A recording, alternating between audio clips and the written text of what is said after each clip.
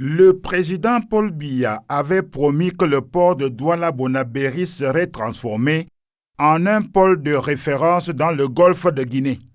Après la modernisation réussie de cette plateforme portuaire, l'aménagement de la nouvelle zone industrialo-logistique de Missolé est lancé.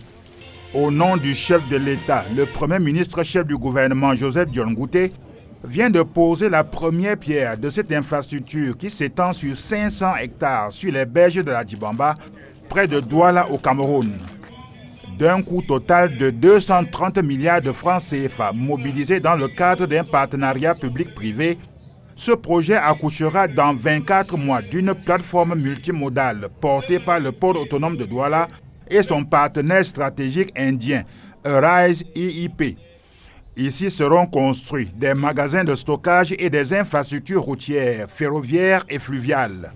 Viendra ensuite la deuxième phase du projet qui, au terme de 36 mois, verra la construction des unités agro-industrielles, d'un parc à bois et d'un port de pêche, entre autres.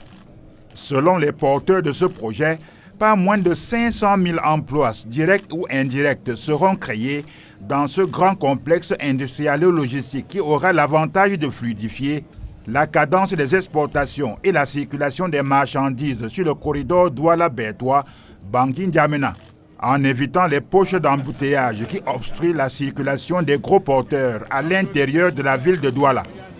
Sur la rive droite du Vouri, le Premier ministre chef du gouvernement, au nom du chef de l'État, vient également de poser la première pierre du nouveau terminal vraquier à construire sur une superficie de 36 hectares pour un coût total de 233 milliards de francs CFA, affecté à la construction d'un terre-plein, d'un quai, des silos et des magasins de stockage et d'une zone de maintenance des matériels et l'installation des équipements de manutention des marchandises.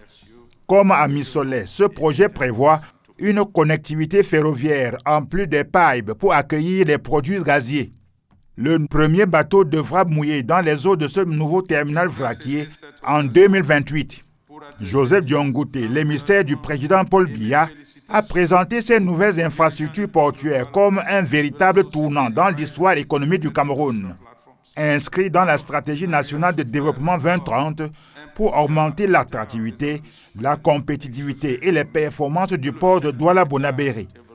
Le Cameroun en construction, oui.